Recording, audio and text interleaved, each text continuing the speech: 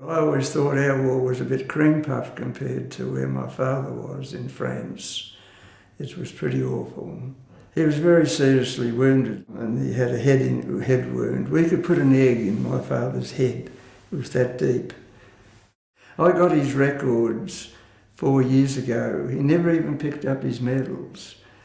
That's how much it affected him. I was 16 with him when I was growing onions at Rosebrook, and the first load I sent to Melbourne, 13 tonnes, I was excited to get my first cheque.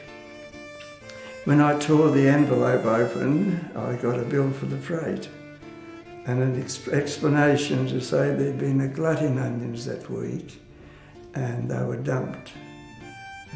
And this set me off to thinking about getting out of this onion paddock. I had an uncle in Port Fairy who was a fisherman, so I picked the Navy mostly on the fact that I'd had a smell of the sea. But I had to get my father's permission, and every time I went to get his signature, he'd say, I wouldn't send my worst dog there. And eventually my luck changed. In those days, the police used to come out on the farms and do all the stats. And this Mr. May had been in the Navy.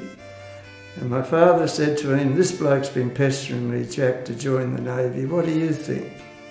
And Mr. May said, Jim, the way he's been behaving lately, I think it'd be a good thing. My first ship was called H.M.A.S Adele.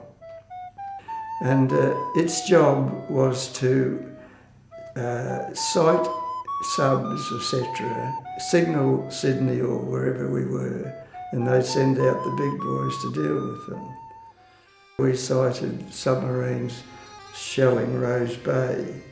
They put 11 shells into Rose Bay on this morning, and we went south, and we didn't make harbour before one of the subs was shadowing us, and we hit a reef and we sank off Port Kembla. I was taken to Wollongong Hospital with a back injury and 5 others. When we got into the depot again, a week later, we were sitting around and a big stoker PO came along, righto you lot, grab your hammock and get out to Cockatoo Docks. This was the strike action of 1943, where the waterside workers wouldn't coal the ships. And the Prime Minister Curtin put the Navy on the merchant ships to get them to sea, and this is the draft I got.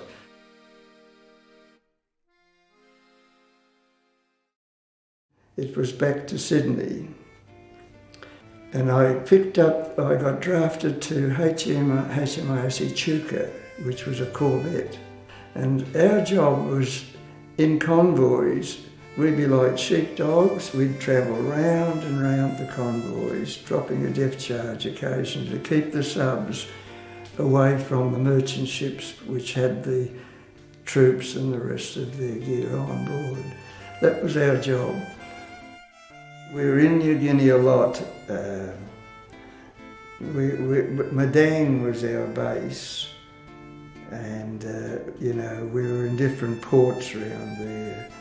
And one of our jobs was to take soldiers into the shore to go in and fight.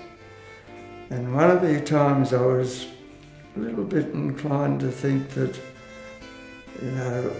what am I doing shoveling these blokes off to get shot?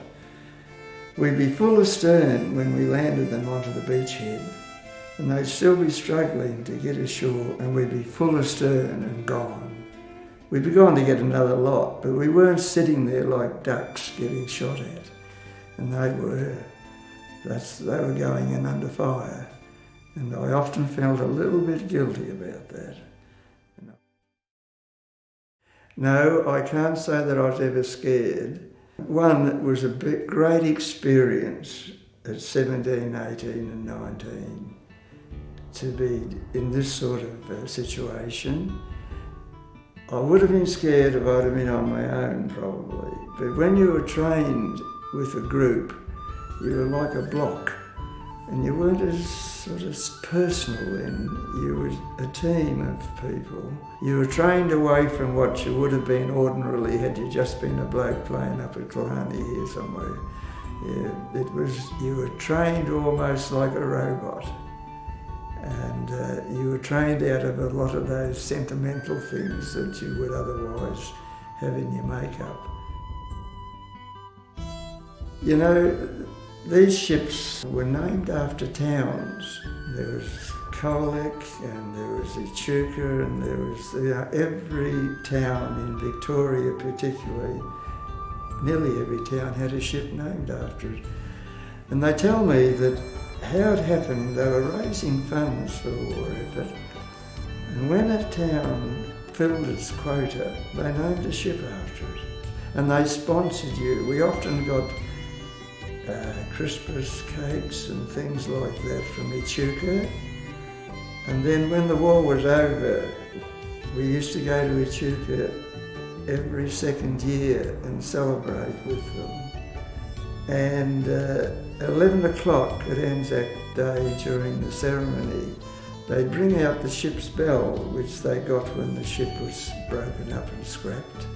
And they'd ring it, and it was very emotional. It was, I think, the old bell that we heard so many times at sea. I'm the only one left out of the Echuca's boiler room and engine room staff, and I'm 86 now. So they're all gone, and hell, you miss them. They're family. They're real family. You go through that sort of thing and you depend on one another. You don't lose their mateship. It's always with you all the time.